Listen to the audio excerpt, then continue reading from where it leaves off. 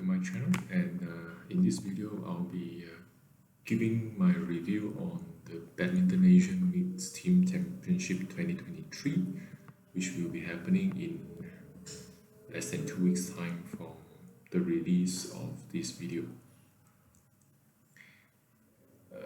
Just a little bit of sharing. Basically there are 4 groups in this current edition, comprising of 17 nations, as you can see here.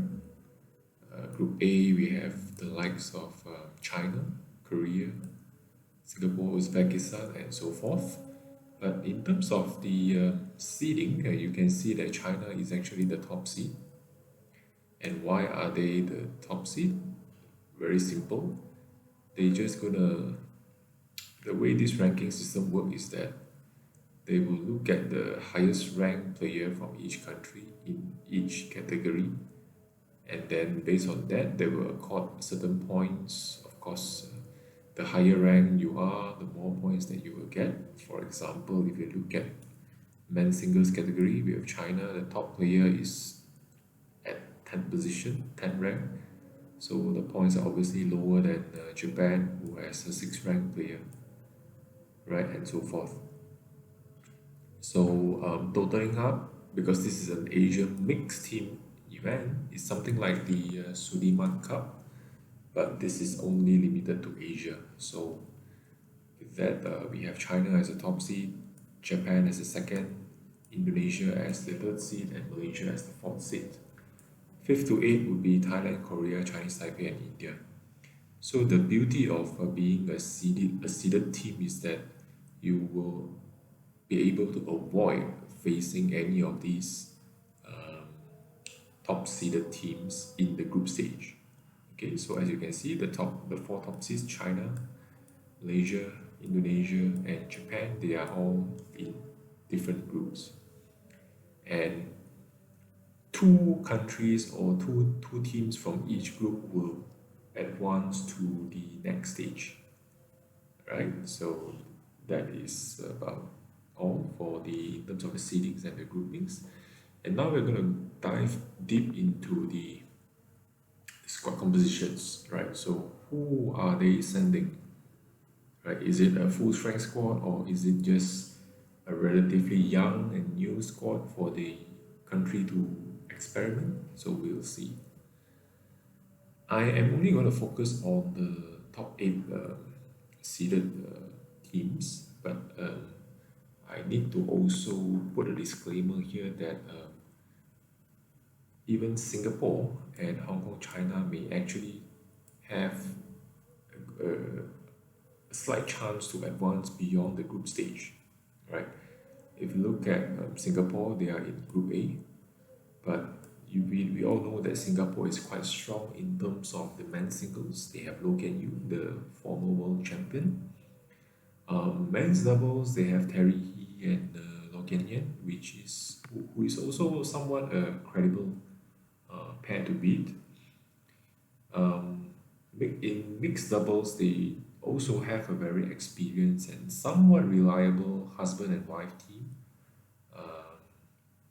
Jessica Tan Wei Han and Terry He, right? But the only shortcomings that they have is in terms of the women's singles and women's doubles, right? Which would definitely be putting them at a severe disadvantage against Korea and China, who has exceptionally strong women players in their squad, right? So not ruling out, but it will be very difficult for Singapore to advance beyond the group stage. Similarly for Hong Kong, China, well, we shall see. Actually, Hong Kong, China has a fighting chance. But let's look at who are they. Because I'm not too sure whether they are sending Angus Seng Kalong and Lee Chok Yew. I'm not too sure. But if they do, right, which I did not actually include in this video, but if they do, then they actually have strong players in the men's singles category, and perhaps their mixed doubles can sometimes be quite good. yeah, but again, they are lacking in terms of the women's doubles and women's singles, right? So still a slim fighting chance, similar to Singapore's situation. Without further ado, let's look at the top eight teams. For China, the top seed, never gonna rule them out, even though you couldn't spot you couldn't spot Shi Yuqi, you couldn't spot Liang Weikeng and Wang Chang, you couldn't spot Oh Xuan Yi and Liu Yichen, right? Simply because they have too many strong players, right? Even in their youth, they are very young players such as the world junior champion Liu Shengshu, who has just ended her unbeaten run, I think extending to 36 to 37 matches yesterday, if I'm not wrong. Okay, but still, they are a strong force to be reckoned. Even if you don't see any Chen Yingchen and Jia Yifan in the team, but expect to have very reliable women's doubles in the name of Liu Xingxu, right? Tan Ning as well, their juniors world champion, right? So definitely women's doubles they are strong at.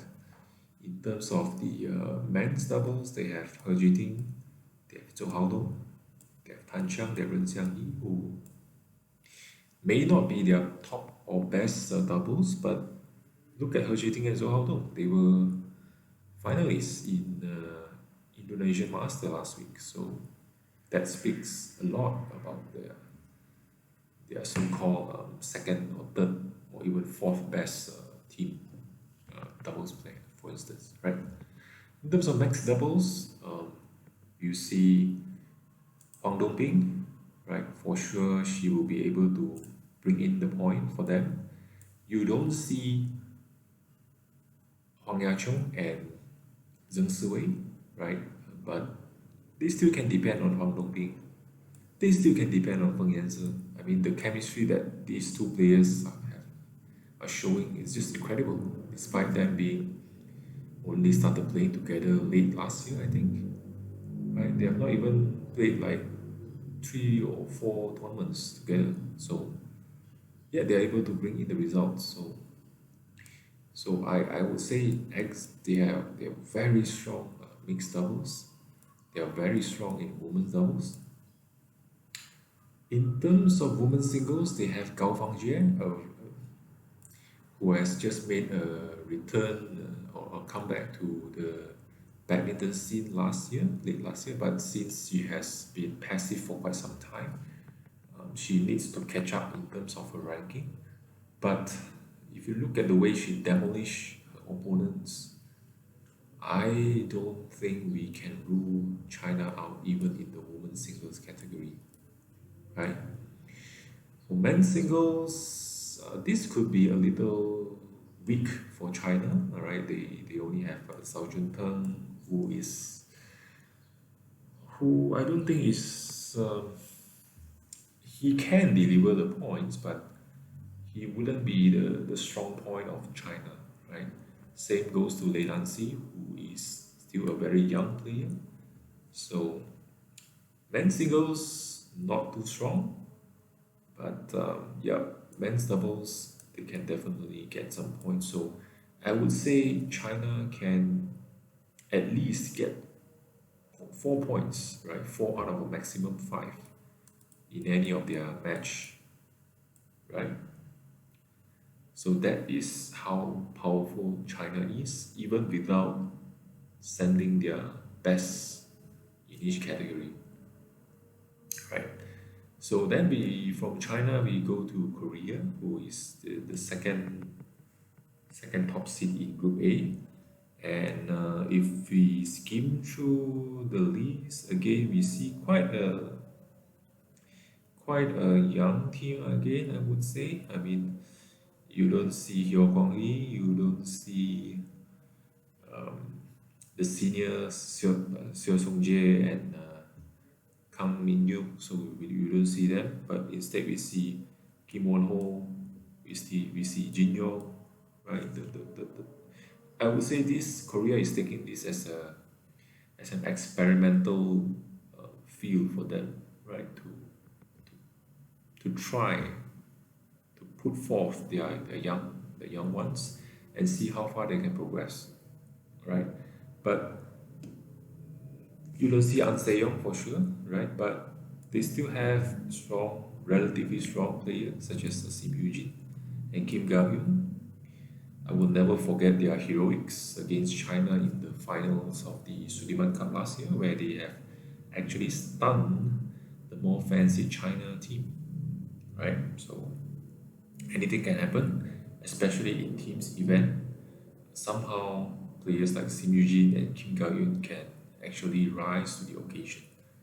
But I do see rather senior players such as Lee So-hee. I think she would be among the most senior in this team. But for Korea, they will definitely be banking on their women's doubles, their perhaps men's doubles, and maybe women's singles could be, but not too strong, right? Not too not to the brink of invincibility, right? So I think Korea can aim for a minimum of 3 points when they are fighting against the opponent. In terms of Malaysia, I would say of the all the teams here, Malaysia is the one who will be sending their strongest players in all categories, right? So in men's singles, we have Lee Zhejiang, right? The world number used to be number 2, I think now he has slipped down to 4th, I think. In men's doubles, they are sending the world champion, the reigning world champion, Aaron Chia and So Woo-yik. So you can see that they have hopes or rather good chance in getting points in men's singles. They have good chance in scoring in men's doubles. Women's singles has always been an Achilles. It's always been a pain point for Malaysia. It has always been the weakest link for Malaysia. They can only be banking on Goh Jin Wei and the younger Wong Ling Ching. But I am very, very doubtful that they would be able to secure any solitary point, especially against the other seeded team. In terms of women's doubles, they can bank on Perlitan and Tina Muralitharan to deliver the goods. Other than that, of course, they also have Teo Mei Sing, right, who is also another solid women's doubles player and mixed doubles player as well. But the big question mark remains whether is Perlitan still fresh and free from injury? That is the big question that we need answer, right? But other than that, women's doubles, if Perlitan and Tina Muralitharan can get to play on court, Malaysia can actually get that point from women's doubles. In terms of mixed doubles, they are sending their strongest, I think Tan Kian Ming and Lai Beijing, as well as the new combination, Toh Yi Wei and Chen Tang Jie. Right? So they have the capability to score a point from the mixed doubles, but I don't think they are able to match or outmatch the mixed doubles from China specifically. Anyway, it remains to be seen, but yeah, Malaysia actually has a good chance to score 4 out of the 5 maximum points at any given occasions, right? India, we can see that they are sending their top men's singles in the form of Pranoy and Laksha, so men's singles should be able to deliver some goods for them. In terms of men's doubles, they are sending Ranki Reddy and I believe Chirag Shetty, so another chance for them to get points from the men's doubles. Women's singles, they can bank on PV Sindhu, but we all know that somehow PV Sindhu doesn't seem to be able to perform as good or as well as when she is playing in those individual competitions. In terms of team competition, PV Sindhu seems to be not able to show her best self, but it remains to be seen, right? She can still deliver the goods for sure because she's definitely one of the top players in the world in the women's singles category. For women's doubles, could be a bit weak, right? Although they will be banking on Tresa Jolie and Gayatri Gopichan, but they are very young, and I think they are still a bit too raw to match other more established women's doubles from other countries. So women doubles might be a bit of a struggle for them. As well as mixed doubles, they have been banking on Ishan Banaga and Tanisha Crasto, but they don't seem to be still, able to yield good results when facing off against the top mixed doubles in the world. So three solitary points for India on any given occasions, for sure. All right. Moving on to Indonesia, let's see who they are sending in the form of men's singles. They are sending Chico, and they are also sending Anthony Ginting. So definitely they can score a point from the men's singles category. In terms of men's double, I'm just going to put it down straight away because they are just too good. They have easily 6 to 7 men's doubles who can beat anyone in the world, right? And look at it. Look at who they are sending. Fajar Alfian, Rian Adianto, the world number one, right? The world number one, and they have been so consistent since the beginning of 2022 until now. They have reached so many finals. They have won a couple of them, and for sure they would be the. It's like a safe deposit for Indonesia. And not only that, they are also sending Pramudia, Kusuma Wardana, and Jeremiah Eric Jakob Rambitan. So another very strong men's doubles, still young and still so strong. But for women's singles is kind of a question mark, but I am still going to put it down for them, although they do not have the world's strongest women's singles, but you can expect surprises from Gregoria Mariska Tunjung as well as Putri Kusuma Wadani, because they from time to time they've shown the ability to actually upset the more fancied opponents, right? So I think women's singles Indonesia is in the running for the money. For women's doubles, I'm gonna put it down again, simply because they can depend on Apriyani Rahayu and Siti Fadia Siwa Ramadanti. They have just been united for like less than 1 year, and they have already shown tremendous results. So never gonna rule them out for sure.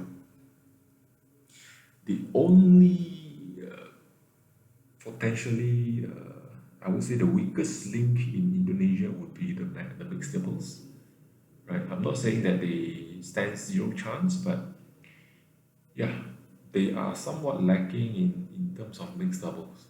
Yeah, I mean, we do see Pitya, Haningtas, Mentari, with Rivaldi, Renaud Rivaldi, but it's going to be challenging for them when they are facing China, right? So, and even maybe Japan. So 4 out of 5 for Indonesia at any given occasion. For Thailand, men's singles. So let's see whether are they sending Kunlavut? No, I don't see his name here. So a very brave. Yep, but they are sending their national champion, 2002 national champion, Sitcom Tamasin. But I don't think he is that consistent to actually be able to consistently beat other strong men's singles from other teams. So I don't think men's singles will be their strong category. Men's doubles, they they can probably rely on Pakapon and Panichapon or Pirachai. These very young and very relatively unexposed men's doubles. I mean, they are very athletic. They can throw their bodies around the court, left, right. So all corners, but it is still a bit raw to depend on them. So might still be a bit difficult. But in terms of women's singles, let's see who they are sending. Yep, Supanida Katitong and Busanan Ombang Rumfan. So yep, for women's singles, perhaps they are able to nick the point, the solitary point for Thailand. But definitely for women's doubles will be their strength. They have the Aimsat sisters, Benyapa Aimsat and Untakan Aimsat, who will definitely they'll be banking on to score the point.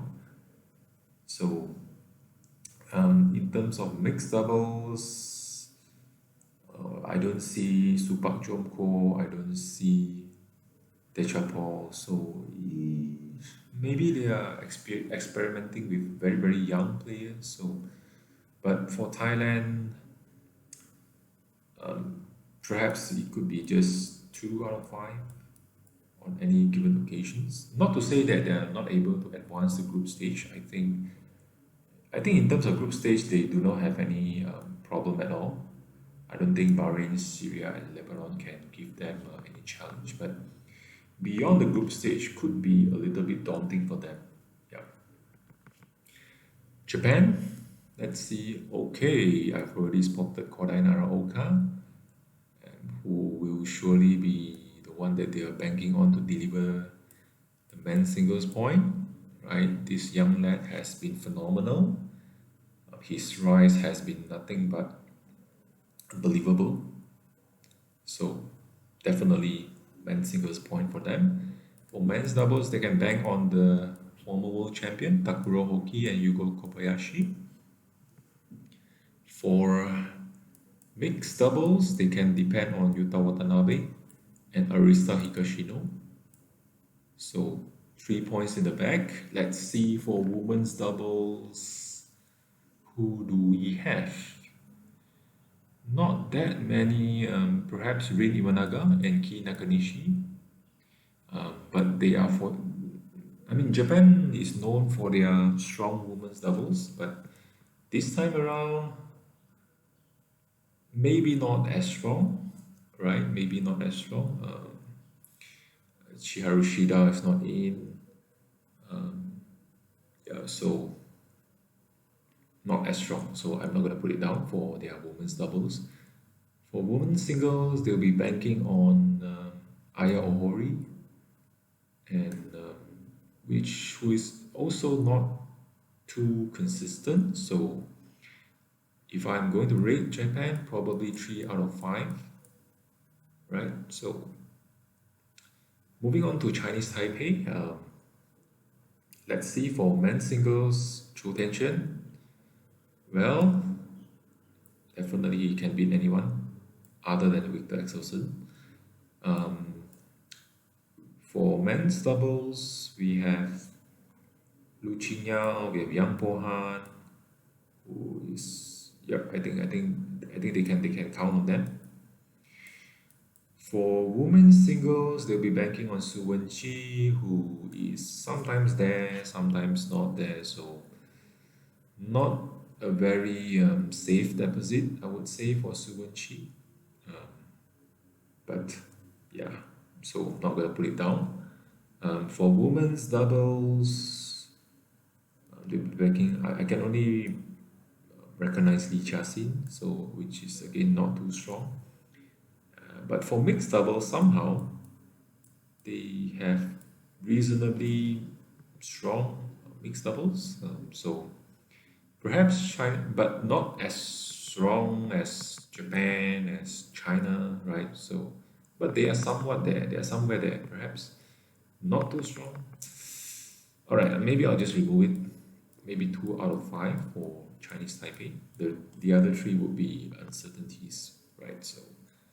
So in terms of the depth of the squad, there you go. I think China would definitely be one of the strong favorites to win this tournament.